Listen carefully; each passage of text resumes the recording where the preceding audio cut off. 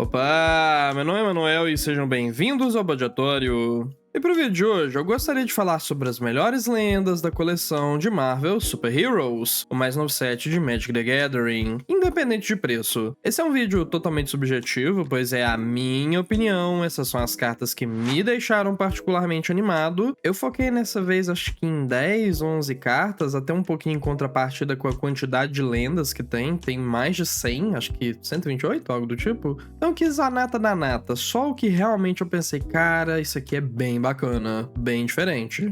E até o fim do vídeo eu espero que algumas delas animem vocês também. Tem bastante opção legal aqui, muita cartinha forte que eu vou explicar como que eu montaria sem gastar muito. E assim, Marvel não é exatamente o meu negócio, eu não sigo quadrinhos, eu não assisto os filmes, mas deu pra ver que eles focaram numa grande variedade de personagens e tem uns que eu nunca nem ouvi falar. Então a gente vai aproveitar esse set novo de Universes Beyond, o máximo que der, juntos, é claro.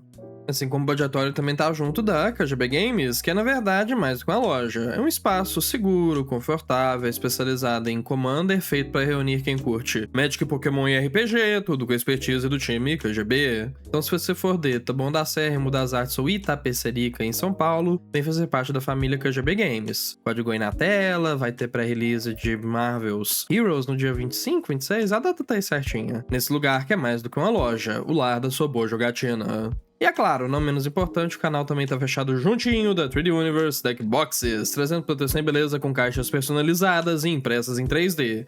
E seja para enfeitar o seu setup ou surpreender na lojinha, você não vai ficar na mão. Então use o cupom Badiatório5 e venha fazer parte da nossa família, obtendo o melhor box pelo melhor preço. Beleza? Então beleza. E sem mais delongas, vamos falar de cartinha de super-herói? E não estão em nenhuma ordem específica, eu separei algumas aqui que eu achei bacaninhas. Como primeira cartinha do dia, eu peguei um que eu já imaginava que logo de cara talvez eu gostaria, não pelo personagem, de novo, eu realmente não sou ligado com Marvel, mas quando eu vi que tava saindo criatura artefato, a taxa de criatura artefato, não tinha como ser ruim. Tony Stark, uma criatura 2 manas, 1/3, humano, artífice, herói. Herói e vilão são tipos de cartas que estão sendo muito utilizados aqui. Tem a habilidade de pagar 1, vira, olha as 4 cartas do topo do seu Grimório. Você pode revelar um artefato dentre eles e colocar na sua mão, coloca o resto no fundo do seu Grimório numa ordem aleatória, e aí você pode pagar 6 manas, né, uma outra habilidade para transformar o Tony Stark, que ative apenas como feitiço. Aí do outro lado a gente tem o Invincible Iron Man. Também pode ser conjurado por 6 manas. Ele é um humano herói 5/5 com voar e ímpeto, que diz que no início do combate no seu turno, você pode colocar um artefato da sua mão no campo de batalha, sem um equipamento, atache-o ao Homem de Ferro.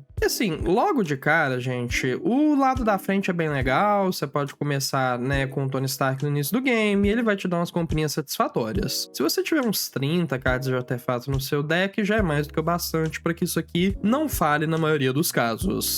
Porém, vamos combinar, o lado legal é o outro lado. Voar ímpeto 5/5 garante com que ele bata e que ele fique vivo, na maioria dos casos. É só bater em quem não vai conseguir bloquear ele direito. Enquanto a gente consegue sim colocar vários equipamentos legais no campo de batalha, como por exemplo o próprio Reator Arc, que foi criado, né, para a coleção de Marvels. Entrando virado e adicionando 3 manas, a gente pode colocar o Mjolnir no campo de batalha, a gente pode colocar, por exemplo, a Gand Gloves de Final Fantasy, que basicamente vai dobrar o dano e dar Double Strike, então isso aqui vai dar 20 de dano de uma vez. Ou melhor, em 2 combates, né, possibilitando inclusive que você coloque outra coisa e aí você dá mais dano ainda, né, sem muito a reclamar. Inclusive aquela River Cleaver, outros equipamentos que vão dar, né, triggers de combate, funcionam muito bem aqui, pois o próprio Homem de Ferro já bate 5. Se o equipamento ainda aumenta ele, vixe, a porrada é da grande. Porém, eu sou esquisito, cara. Eu não quero, assim, exatamente ficar colocando no campo de batalha equipamentinho. Pra mim, sabe, a gente já tem mais do que o bastante de deck de equipamentos. Eu quero botar criatura artefato, cara, pois ele fala que bota artefato na mesa. Então o que dá pra usar? Dá pra usar o Krang, de Tartarugas Ninja, Ultron Warlord,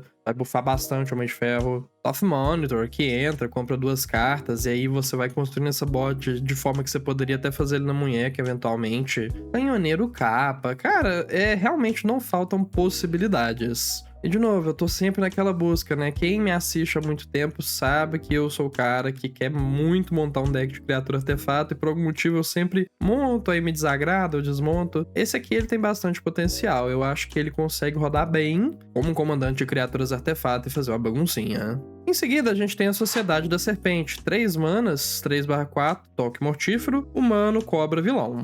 Ele tem uma salvaguarda de ganhe 5 marcadores de veneno, né? Divertido, pessoal, divertido. Porém, não tão ameaçador quanto parece, pois uma pessoa consegue remover isso aqui uma vez, né? Não duas. Mas se essa carta estiver dando trabalho pra alguém, a pessoa provavelmente vai remover e vai ficar com 5 marcadores de veneno. Ou seja, cabe a nós termos proliferar para que isso seja uma ameaça real. E ele diz que sempre que outra criatura que você controla com toque mortífero morre, cada oponente sacrifica uma permanente, não ficha de criatura da escolha dele. E assim, divertido, eu trouxe essa carta aqui basicamente pois eu já trouxe deck decks aqui de Fim, Portador da Presa. Que é aquele humano lá de Kaldheim com toque mortífero, que dá marcadores de veneno para criaturas com toque mortífero. No caso, quando elas causam dano, a pessoa ganha 2. E assim, bacana, eu fiz o deck com boa vontade na época, acho que ficou até legalzinho, assim, baratinho, cabe no bolso de todo mundo. Mas aí veio muita gente reclamar que, tipo, olha, Manuel, eu sei que você fez o deck com boa vontade, mas eu jogo com esse deck, eu vou te falar a verdade. Esse deck não roda direito, porque o pessoal vai dar hate, o pessoal tem medo de morrer pra criaturinha com toque mortífero. Então esse aqui é uma lista fraca. Pelo menos esse foi o feedback que eu recebi de muita gente no meu vídeo. Vocês podem votar pro meu vídeo de Fim. Eu fiquei até meio chateado, pensei, pô, é um comandantezinho bacana, eu gosto do design dele, mas eu acredito em quem jogou, né, pessoal? Infelizmente, fazendo vídeo toda semana, deck toda semana, não dá pra eu testar todos esses decks, e o Fim foi um deles. E eu acho que de verdade esse aqui é um comandante com toque mortífero muito viável. Se você gosta do tema, se você tem a sua Auran Frostfang, se você tem a sua Hooded Blightfang, várias glissas, né, também, várias delas têm toque mortífero e iniciativa, eu acho que esse aqui é um deck bom pra essas cartas rodarem. Tá, beleza, Manuel, legal. Então como que esse deck seria feito? Olha, eu particularmente faria um deck assim com alguns proliferários, de fato, né, pra caso alguém ganhasse marcadores de veneno, e aí eu tentaria intercalar, né, com um pouquinho de toques, com um pouquinho de infect aqui, infect ali. Porém, eu ainda acho que esse deck vai tomar um pouquinho de hate se você focar tanto nos marcadores de veneno. Alternativamente, você pode focar no toque mortífero. Deixa a abordagem de veneno só para um fim nas 99.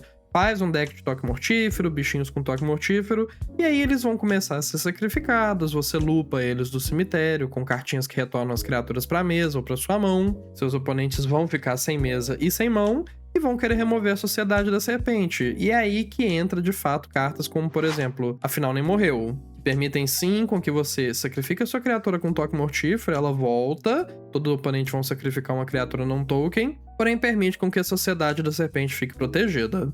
Acho que esse aqui é um deckzinho que vai ganhar desse jeito, vai matar criaturas, vai botar uns aristocratas ali, tipo um Sir Conrad, o Sisudo, e vai dar tudo certo. Pra próxima carta, a gente tem um bicho muito feio, meu Deus do céu. Ping Fang Fun. Fawn. Boa pergunta como pronuncia isso. 4 manas, 3/5, Alien, dragão vilão, com voar, que diz que sempre que você conjura um instantâneo feitiço que dá alvo no artefato ou terreno, copia aquela spell, você pode escolher novos alvos para cópia, coloque 2 marcadores em Fing Fang Fun. Nossa, gente, mágica que dá alvo em terreno, vai ser copiado. Qual será que é o tema desse comandante, hein? Cleansing Wildfire, Seismic Spike, entendi, Geomancer's Gambit, beleza, bacana, bacana. É LD, né, pessoal? Nossa, Emanuel, você tá colocando aqui um comandante de LD como um dos melhores comandantes do set. Olha, veja bem, não é só LD, ele destrói artefato também copiado, olha que coisa boa. Né, faz um Smashing Success e vai destrói 2 artefatos e cria tesouros ainda. Mas sim, gente, eu estou colocando aqui um comandante LD como um dos melhores comandantes do set. Primeiro, por conta disso, né? Ele não destrói só terreno, ele destrói artefato também. Segundo, que por algum diacho motivo ele não fala que isso aqui é só uma vez por turno, então sinta-se livre pra dar LD à vontade. Porém, gente, o real motivo desse cara estar aqui, eu não quero me delongar muito, pois tem quem gosta, tem quem não gosta. Eu acho que quem gostar disso aqui vai ser por um motivo bem simples. É que ele é um comandante LD com endgame, né, cara? Você tinha aquele Zouzou The Punisher, eu acho, que falava que quando os terrenos iam pro cemitério ele dava dano, que era bacaninha, tinha uma forma de matar com relativa consistência, mas não era aquele negócio, meu Deus, vamos finalizar o jogo rápido. Agora, bicho, isso aqui é um comandante de 4 manas, que já é com 3 de poder naturalmente, que ganha 2 marcadores quando você faz a patifaria destruir land. Logo ele vai matar de dano de comandante muito, muito rápido. Bota umas coisinhas ali pra dar double strike pra ele ainda, e é tudo de bom. Em seguida, nós temos The Unbeatable Squirrel Girl. 4 manas, né? Uma qualquer verde, verde, verde, que tem uma habilidade também ali embaixo de uma qualquer verde, verde, verde, então é uma carta bem verde. Herói humano, esquilo 4/4, com habilidade que pergunta se você gosta de esquilos, que diz que sempre que ela ataca, cria um esquilinho. Se você disser que você ama esquilos, você pode, né, pagar os 4 manas, igual eu disse, e criar X esquilinhos 1/1, sendo X o número de esquilos que você controla. Logo de cara, né, gente? Krenko, Marrow-Nar. Essa meio que é a versão verde, né? Você cria fichas e as suas fichas são meio exponenciais, estão ali sempre dobrando. Ela mesmo já é um esquilo, ela entra criando um esquilo, então se você pagar 4 manas, pelo menos 2 esquilos vêm ali, só que cara, do mesmo jeito que é bem fácil fazer sacanagem com o Krenko, pois você tem coisas que viram ele, desviram ele, e é bastante fácil fazer sacanagem com o Marrow-Nar, pois você tem coisas como, por exemplo, aquele cajado, né, que sempre que você mata a criatura, e se tiver anexado no Marrow-Nar, ele desvira. A Squirrel Girl é bem fácil de exploitar, só que o jeito que a gente faz isso é bem tradicional, na verdade, é só gerando um cagalhão de mana. Eu posso falar com bastante propriedade, pois eu tô montando um deck de Ronas, ele tem todas as coisas, ou pelo menos todas que eu consegui que dobram mana, como por exemplo o boizão lá de Tartarugas Ninja, como por exemplo a Nissa, né, tem a Nissa Planinauta lá de War of the Spark, se eu não me engano, que é a que dobra mana verde. E aqui é a mesma coisa, a gente vai ter coisas que dobram o nosso mana verde, a gente vai ter coisas que são sinergias de ficha ou de esquilos, o que por si só não é pouca coisa. Logo de cara a gente já tem aqui recomendado aquela Tipito, que é a companheira da própria Garota Esquilo, só que essa aqui é do deck de Commander. Porém, algumas cartinhas de esquilo têm sido lançadas ao longo dos anos e a gente meio que acumula todas elas aqui. Soberano dos Esquilos, que dá mais um pra todos eles. Squirrel Mob, que cresce pra cada esquilo no campo de batalha. Se você der um atropelar, né? GG. Tosk, que é um esquilinho também, apesar de ser uma das melhores cartas monogreen de compra, né? Então com certeza isso não machuca. Pra finalizar o jogo não gasta muita coisa, pessoal. Um simples overrun é mais do que o bastante. Eu realmente considero isso aqui como se fosse quase um ciclo, né? A gente tem o Krenko vermelho, que é o próprio Krenko, o Krenko preto, que é o Marrow-Nar, e o Krenko verde, que é a Garota Esquilo. Tirando que verde tá muito bem preparado pra lidar com muitas fichas e pra gerar um cagalhão de mana. E como poderia esquecer, né? Rito do Criptólito e outras cartas que façam os seus esquilos virarem pra gerar mana, só torna isso aqui mais estúpido ainda. O bom tipo de estúpido, tá? Eu gosto.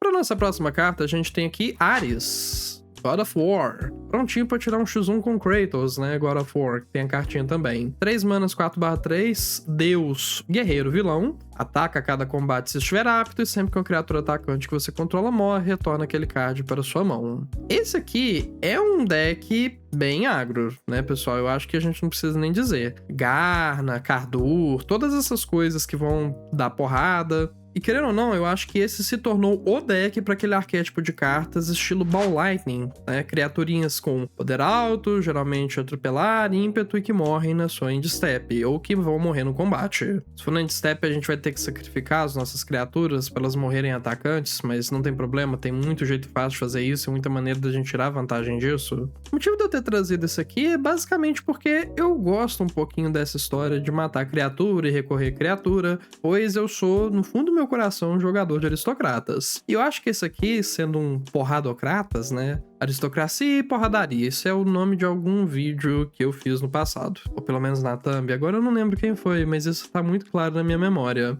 E eu acho isso bem bacana, sabe? Você tem um deck, pessoal, é um deckzinho mais simples. Muitas vezes a gente fica querendo inventar moda, principalmente quem já joga há muito tempo. Nossa, eu quero um deck criativo, eu quero me expressar no Commander. São coisas que eu mesmo falo. Porém, de novo, eu tenho achado prazeres, né, na vida simples. Eu acho que virar as criaturas em 90 graus, dar porrada e saber que elas voltam pra sua mão se morrer é tudo de bom também. E de novo, se tiver um aristocratazinho ali, que coisa boa, que felicidade. Mas me diz aí, pessoal, pausinha aqui rapidinho. Tão gostando do vídeo? Tão gostando do set? De novo, eu não desgosto de Marvel, eu só não sou ligado com Marvel, mas obviamente eu cresci, né, vendo os heróis ali, o Thor e tudo mais, e eles são bacaninhas. Mas eu quero saber principalmente, tem algum comandante que eu deixei de fora? Comenta aí abaixo, eu vou adorar saber. Em seguida, nós temos Rei T'Challa, ou King T'Challa. 3 manas, 3/2, humano nobre herói com lampejo, que diz que sempre que um jogador compra a segunda carta dele a cada turno, você compra um card. E você pode pagar 6 e transformar o Rei T'Challa, ativar apenas como feitiço.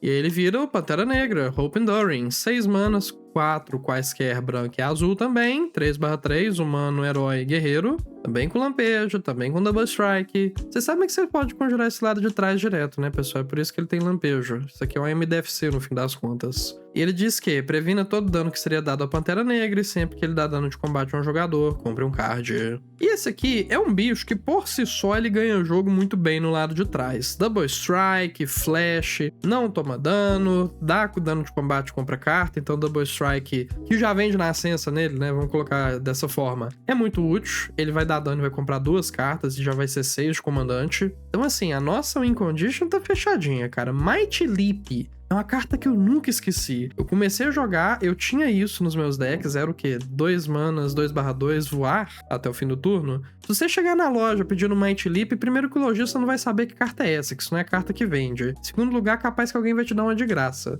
Isso aqui transformaria o T'Challa em 5/5 Double Strike, voar.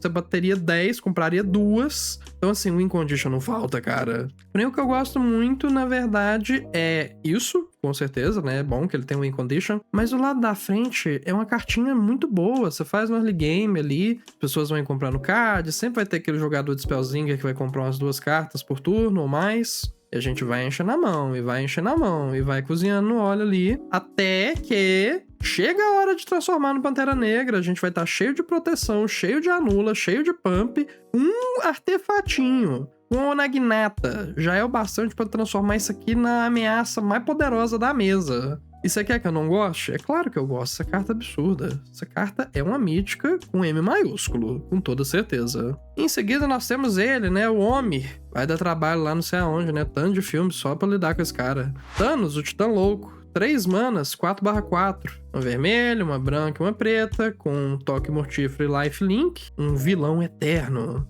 E ele tem uma habilidade de Power Up, onde você paga uma mana incolor, uma mana branca, uma mana azul, uma mana preta, uma mana verde, uma mana vermelha. Ou seja, todos os tipos de mana colorido e incolor que a gente tem. E você bota 2 marcadores mais um nele, escolhe ímpar ou par e destrói cada criatura que o valor de mana seja da qualidade escolhida. E pra quem não sabe, ative cada habilidade de Power Up apenas uma vez ao todo, gente. Não é uma vez no turno só. E você pode reduzir o custo de Power Up pelo custo de mana dele se essa carta entrou neste turno. E pra mim, pessoal, tem 2 utilidades esse deck aqui. O Thanos vai ser o seu deck de Marvel, né? Ele vai ter todas as cores de mana ali, você pode brincar à vontade. Vai ter um pouquinho de trabalho para gerar um mana incolor, mas nem tanto, pessoal. Para quem já viu o meu vídeo do Lalek, quiser uma sugestão de base de mana, você pode literalmente montar uma base de mana onde todos ou quase todos os terrenos geram mana incolor e ela é ótima para 5 color. Você só tem que desembolsar uma graninha ali nas Painlands, nas Filterlands, né? Budget mesmo, eu não acho que é tão fácil assim. Mas também não é como se fosse uma habilidade que você quer ativar o tempo todo, né? Você quer poder pegar e pagar os seus 6 manas ali, botar 2 marcadores, estalar os dedos e limpar metade, né, da mesa dos oponentes e a sua também.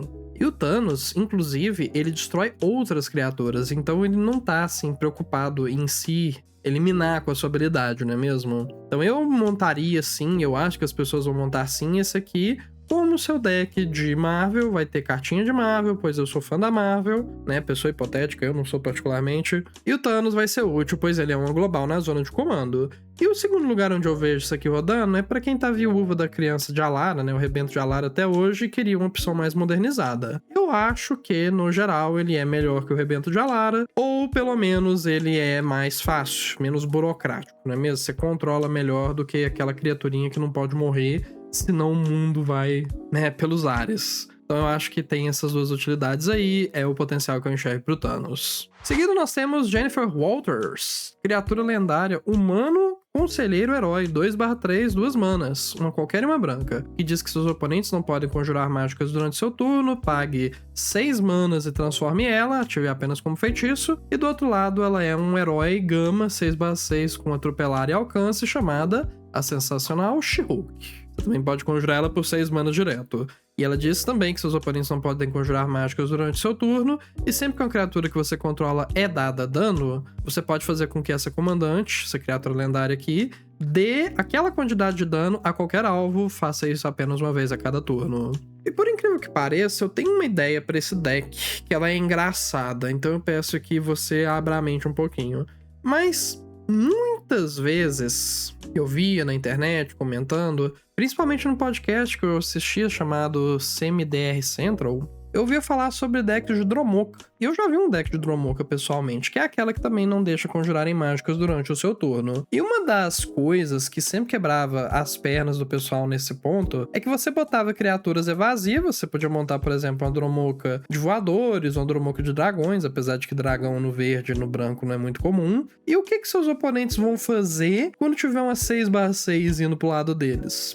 Muita pouca coisa, não é mesmo? Tipo assim, não posso conjurar mágica. Você vai fazer o quê? Tô batendo 6. Nada. Eu vou apanhar, né? É isso que eu vou fazer. E aí eu vejo a Jennifer Walters, mais do que a She-Hulk especificamente, sendo uma comandante de um deck de humanos. Sim, deckzinho de humaninho, principalmente Selesnya, né, pessoal, que são as cores lá de Innistrad para humanos. Então a gente tem muita sinergia de humanos verde e branco, que geralmente você montaria com a Catilda.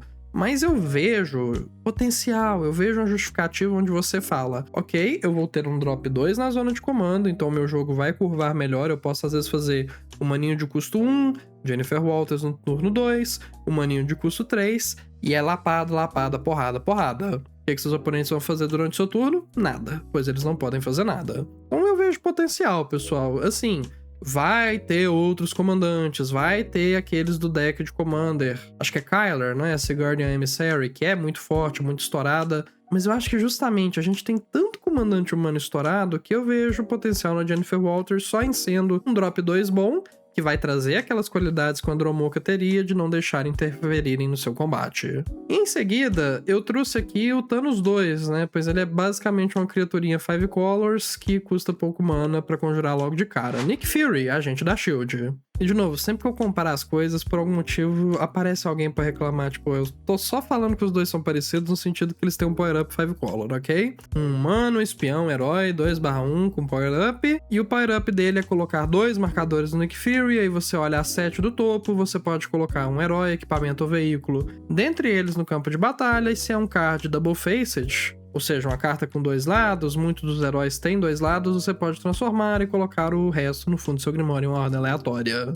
E esse aqui tem o grande mérito de ser o seu outro deck de Marvel. Às vezes você quer montar um deck de vilões com o Thanos e um deck de herói com o Nick Fury, pois ele interage com os heróis, ele transforma os heróis. Eu não vou delongar muito tempo, muito do que eu disse pro Thanos ser o seu deck de Marvel, serve pro Nick Fury ser o seu deck de Marvel, só que eu ainda acho que o Thanos tinha aquela vertente, né, aquela aproximação.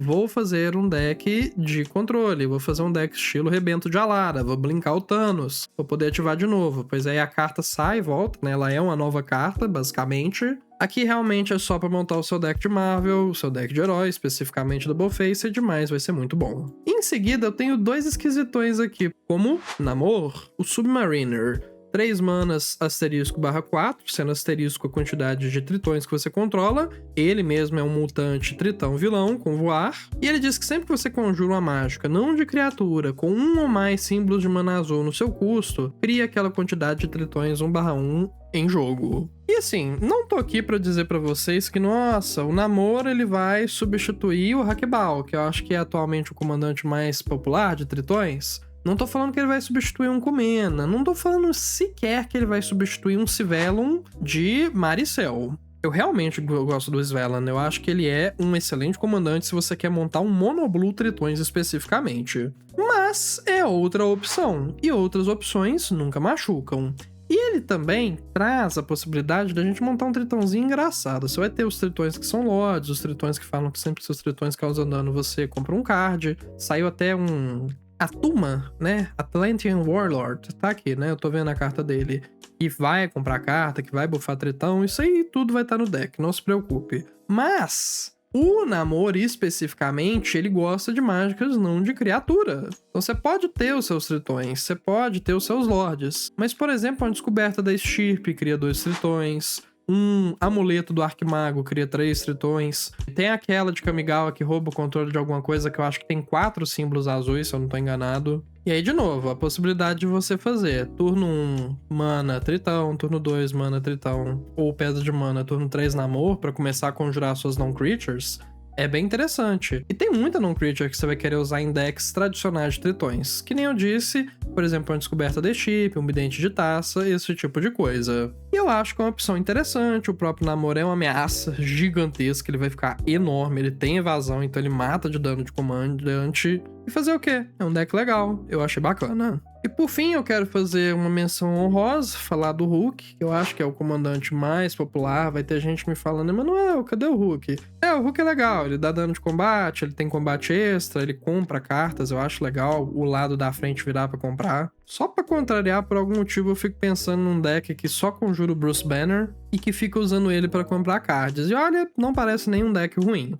Mas a última criatura lendária, realmente sem ser menção honrosa, que eu queria falar aqui é do Baron Helmut Zemo. 3 manas pretas, 3/3, humano, nobre, vilão, que diz que sempre que você conjurar uma mágica preta da sua mão, ele dá Connive, é aquela coisa onde você compra e descarta, se for uma non-land ele ganha um marcador, então esse bicho também cresce. E ele tem Boast, ou seja, que bom que ele cresce, né? Porque Boast é aquela habilidade que você ativa quando a criatura atacou, e ele provavelmente teria que sobreviver ao combate. Provavelmente nada, ele tem que sobreviver ao combate. E o Boast dele é: exile qualquer número de cartas pretas do seu cemitério com 15 ou mais símbolos de mana preta dentre os seus custos. Então esse aqui é um deck mono black com B maiúsculo, né, de black. Ele realmente quer muitos símbolos. É uma casa perfeita pro seu mono black devotion. E aí você copia aquelas cartas exiladas, que juntas somam 15 símbolos, e você pode conjurar até 3 das cópias sem pagar o seu custo de mana. E cara, que design bacana. De novo, eu gosto muito que isso aqui é um deck preto, que ele quer que você foque assim realmente